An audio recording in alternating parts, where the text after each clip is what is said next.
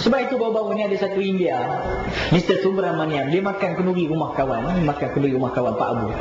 Dia makan tu, dia lupa daging goreng garing-garing yang sedap tu.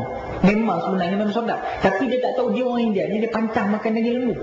Tapi dia tak perasan tu daging lembu, dia makan, selalu dia makan. Dia minta lagi, Abu, ini daging, apa daging ini? Pak Abu kata, ini daging lembu lah macam. Oh, lembu? Saya lembu tak boleh makan.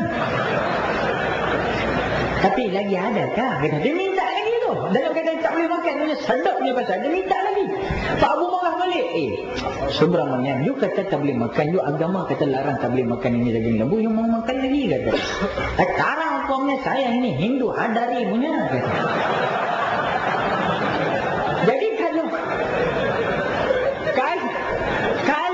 orang kita ni boleh tokok tambah dalam buat agama Islam, apatah lagi agama lain pun boleh tokok tambah juga.